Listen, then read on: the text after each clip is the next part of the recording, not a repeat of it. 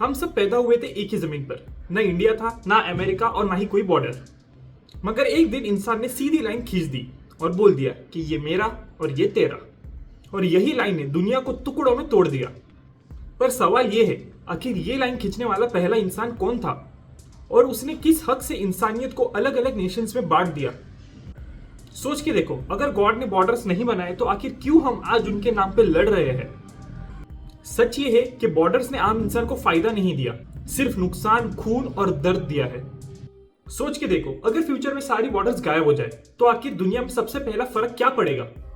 अगर आपको इन सारे सवालों के जवाब चाहिए तो इस वीडियो को स्किप बिल्कुल मत करना, क्योंकि आज हम इस दुनिया को एक नई नजरिए से देखने वाले हैं। आइए पहले ये जान लेते हैं कि अगर दुनिया पूरी एक थी तो ऐसा कौन सा पहला देश या इंसान था जिसने ये बॉर्डर्स बनाए। साइंस कहती है कि इंसान खाना, पानी और सेफ्टी के लिए लड़ते थे। मतलब साफ है कि पहले बॉर्डर का बीच था डर, फियर।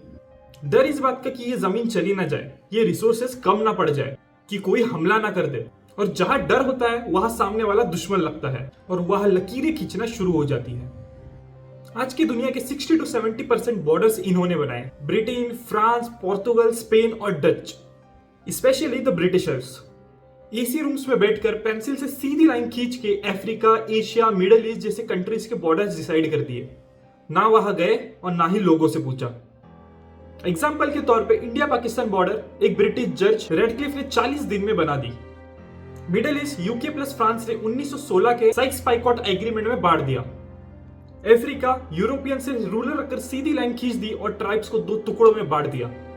उन्होंने धर्म, कल्चर, फैमिली, लैंग्वेज सब इग्नोर कर दिए, सिर्फ अपना पावर मेंटेन करने के लिए।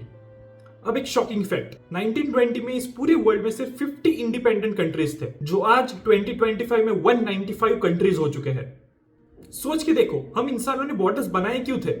प्रोटेक्शन, पीस और स्टेबिलिटी के लिए। लेकिन अगर आज 2025 में ग्राउंड रियलिटी देखो तो बॉर्डर से हमें प्रोटेक्शन कम और खून और दर्द ज्यादा दिया है।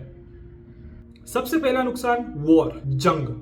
हर बॉर्डर के दोनों तरफ लोग बस एक ही चीज ढूंढ रहे होते हैं, कौन हमारा दुश्मन है, किस पे हमला करना है। और जहां दुश्मन का कंसेप्ट आता है वहां बजट वेपन्स पे लगता है, हॉस्पिटल, स्कूल्स या रिसर्च पे नहीं। दूसरा नुकसान, पोवर्टी। कंट्री जब एक दूसरे को एनिमी लेबल कर देती है तो ट्रेड्स पूरी तरह से रुक जाती है। ट्रेड रुकता है तो ऑब्वियसली चीजें भी महंगी हो जाती है, और महंगी चीजें हमेशा गरीबों का ही गला घोटती है। रिच कंट्रीज तो सर्वाइव कर जाती है, लेकिन गरीब लोग मारे जाते हैं। तीसरा नुकसान, माइग्रेशन क्राइसिस। इंसान एक जगह से दूसरी जगह सिर्फ 2 रीजन से जाता है, या तो बेहतर जिंदगी के लिए या जान बचाने के लिए। लेकिन बॉर्डर्स बोलती है रुको, पहले परमिशन दिखाओ, पेपर्स दिखाओ। और इसी परमिशन के चक्कर में पूरी जिंदगी बर्बाद हो जाती है। फैमिलीज टूट जाती है, कुछ लोग जेल जाते हैं और कुछ लोग तो समुद्र में ही डूब के मर जाते हैं। क्यों? सिर्फ एक लाइन की वजह से, बॉर्डर्स। चौथा नुकसान, नफरत। बॉर्डर सिर्फ जमीन नहीं बांटती बल्कि दिल भी बांट देती है। सोच अलग, कल्चर अलग, और वो हमारा नहीं। ये लाइन सिर्फ पेपर्स पे नहीं, इंसानी ब्रेन में घुस जाती है। फिर एक जनरेशन दूसरों को सिखाती है कि उनसे दूर रहना। नफरत भी विरासत में मिलती है और जंगें भी विरासत में दी जाती है। पांचवा नुकसान, वेस्टेड पोटेंशियल। जरा इमेजिन करो, अगर बॉर्डर्स नहीं होते तो बेस्ट माइंड एक ही जगह पे कन्फाइंड नहीं रहते। साइंस एक नेशन का प्रोडक्ट नहीं होता बल्कि पूरे ह्यूमैनिटी का होता। बीमारियों का इलाज जल्दी मिलता और स्पेस एक्सप्लोरेशन भी फास्ट होती और एजुकेशन ग्लोबल होती। लेकिन हम अब भी यही पूछ रहे हैं कि तुम्हारे पासपोर्ट पे कौन सा कलर है। और सबसे डेंजरस चीज, फॉल्स सिक्योरिटी का इल्यूजन। हम सोचते हैं कि बॉर्डर्स हमें सेफ बनाते हैं, लेकिन मिसाइल्स बॉर्डर्स नहीं देखते, ड्रोन्स वीजाज नहीं मांगते, ग्लोबल वार्मिंग बॉर्डर के चेकपोस्ट पे रुकते नहीं, और पैंडेमिक्स टिकट लेके देश में नहीं आते। तो आखिर सच क्या है? बॉर्डर्स ने हमें सिक्योरिटी से ज्यादा जंग दी है, ग्रोथ से ज्यादा रेस्ट्रिक्शन दी है, यूनिटी से ज्यादा डिवीजन और प्रोटेक्शन से ज्यादा डर। बॉर्डर एक लाइन नहीं होती, बॉर्डर एक माइंडसेट होती है। A mindset that keep humanity divided, suspicious, scared and permanently stuck at one place. सोच के देखो, अगर एक दिन आप सुबह उठो और पता चले कि दुनिया का कोई बॉर्डर ही नहीं रहा, ना इमिग्रेशन लाइंस, ना वीजा, ना ये मेरा ना तेरा, सिर्फ एक ही आइडेंटिटी, ह्यूमन बीइंग। ऐसा लगता है जैसे इम्पॉसिबल हो, लेकिन सोचो, अगर आज के बॉर्डर्स इंसान ने बनाए तो उन्हें मिटा भी इंसान ही सकता है। अगर दुनिया एक नेशन होती तो सबसे पहला फर्क पड़ता मूवमेंट का। आज जो बंदा 5,000 रुपए के लिए अपने शहर से बाहर नहीं जा पाता, वो कल अमेरिका, जापान, यूरोप जहां चाहे वहां जा सकता था। टैलेंट जहां पैदा होता वहां सिमट के नहीं रह जाता, जहां अपॉर्चुनिटी होती वही जाके ब्लूम करता। कोई बच्चा सिर्फ इसीलिए गरीब नहीं रहता क्योंकि वो रॉन्ग साइड ऑफ बॉर्डर्स में पैदा हुआ। कंट्रीज मिलके एक दूसरे से कॉम्पीट करते बट बॉर्डर्स के बिना, जैसे स्टेट्स करते हैं पर नेशन एक ही होता है। और सबसे बड़ा फर्क होता है वॉर्स का एंड, क्योंकि कोई अगर दूसरा देश होता ही नहीं तो हम लड़ किससे रहे होते। सोच के देखो, ना कश्मीर डिस्प्यूट, ना गाजा और ना ही यूक्रेन वॉर, ना रिफ्यूजीज ना ही माइग्रेशन क्राइसिस, क्योंकि कोई रिफ्यूजी तब होता है जब कोई बॉर्डर होता है। एक बॉर्डरलेस वर्ल्ड का मतलब जमीन सबकी, पानी सबका, आसमान सबका, अपॉर्चुनिटी सबकी और जिंदगी सबकी। और हाँ, इनइक्वालिटी भी एकदम से मैजिकली खत्म नहीं हो जाएगी। ह्यूमन नेचर, पॉलिटिक्स, करप्शन सब एग्जिस्ट करेंगे, पर उनके पास वो वेपन नहीं होगा जिसका मिसयूज सबसे ज्यादा हुआ है, बॉर्डर्स। एक बॉर्डरलेस दुनिया का मतलब ये नहीं कि सारी प्रॉब्लम्स वैनिश हो जाएगी, पर एक चीज जरूर होगी, इंसानियत पहली बार ट्रूली यूनाइटेड होगी। और सबसे बड़ा चेंज हमारी आइडेंटिटी। आज हम कहते हैं I am Indian, I am Pakistani, I am American, I am Japanese. कल हम सिर्फ कहते हैं कि आई एम ह्यूमन। और सोच के देखो कि ये सेंटेंस कितना पावरफुल होगा। ये वो फ्यूचर है जो शायद हम कभी ना देख पाए, पर ये ऐसा वर्ल्ड है जिसके लिए सपना देखना गलत नहीं। अब दूसरी तरफ वो फ्यूचर भी है जिसमें हम एक्चुअली जी रहे हैं। ऐसा फ्यूचर जहां बॉर्डर्स खत्म नहीं होती बल्कि बॉर्डर्स बढ़ती जाती है। ऐसा फ्यूचर जहां हर मुल्क अपनी आर्मी को प्रोटेक्ट करने के लिए नहीं बल्कि डिस्प्ले करने के लिए बना रहा होता है। ऐसा फ्यूचर जहां पीस एक सेंटेंस है और वॉर एक बिजनेस। अगर आप सोच रहे हो कि ये दुनिया आज सेफ है तो एक बार ये फैक्ट सुनो। आज के टाइम में दुनिया के पास जितना न्यूक्लियर पावर है उतने न्यूक्लियर पावर में पूरे प्लेनेट को 35 बार डिस्ट्रॉय किया जा सकता है। एक बार नहीं, 35 बार।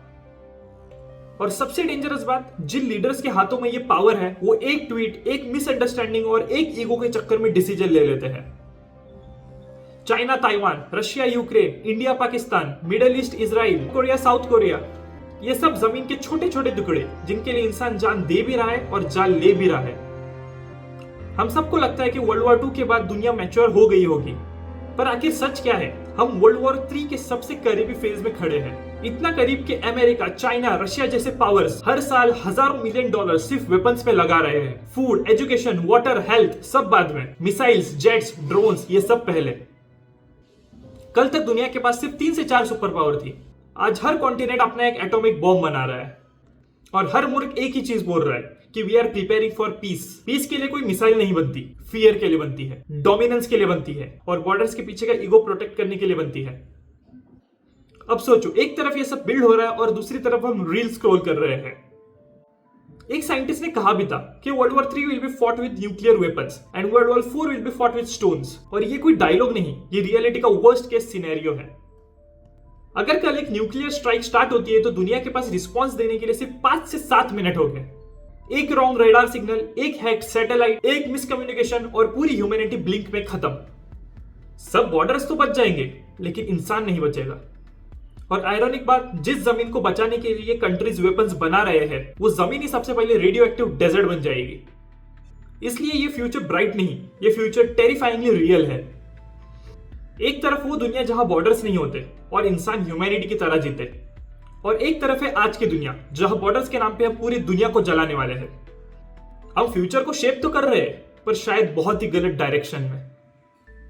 अब एक बात आपको सच सच सोचनी पड़ेगी, ये जो वेपन्स आज दुनिया के पास है, ये जो nuclear bombs, missiles, chemical weapons, क्या तुम्हें लगता है ये सब शोपीस के लिए बनाए गए थे? एक अक्लमंद इंसान को समझने के लिए कोई इंटेलिजेंस नहीं चाहिए कि ये वेपन्स किसी ना किसी दिन तो यूज होंगे, बस वक्त का इंतजार हो रहा है। और जब पूरी दुनिया बॉर्डर्स के चक्कर में Israel Palestine, middle east, India Pakistan, China Taiwan और अफ्रीका के कॉन्फ्लिक्ट्स, ये सब धीरे धीरे एक ही डायरेक्शन में जा रहे हैं, वर्ल्ड वॉर 3। और अगर बॉर्डर्स का सिस्टम इसी स्पीड से आगे बढ़ता रहा, एक दिन आएगा जब ये बॉम्ब सिर्फ न्यूज का हिस्सा नहीं रहेंगे, ये हमारी रियलिटी बन जाएंगे और फिर इंसानियत का कोई वंश नहीं बचेगा। एक रेडियो एक्टिव प्लेनेट तो बचेगा लेकिन इंसान नहीं। अब मैं तुमसे एक सीधा सवाल पूछता हूं जो शायद इस पूरे वीडियो का सबसे इंपॉर्टेंट सवाल है। अगर तुम पूरी दुनिया की लीडर बनो और सिर्फ एक डिसीजन तुम्हारे हाथ में हो तो तुम क्या चुनोगे? एक दुनिया जहां हर इंसान दूसरे इंसान को दुश्मन समझकर बॉर्डर्स बनाए रखता है, या एक दुनिया जहां हम एक ही प्लेनेट, एक ही स्पीशीज, एक ही ह्यूमन बन के जीते हैं? तुम्हारी चॉइस, तुम्हारी सोच कमेंट में बताओ। ये सवाल डिसाइड करेगा कि आखिर तुम अपने फ्यूचर के साथ खड़े हो या अपने डर के साथ। अगर आपको ये वीडियो पसंद आया तो ऐसे वीडियो देखने के लिए चैनल को सब्सक्राइब कीजिए और लाइक और शेयर करना बिल्कुल ना भूलना। मिलते हैं अगले वीडियो में।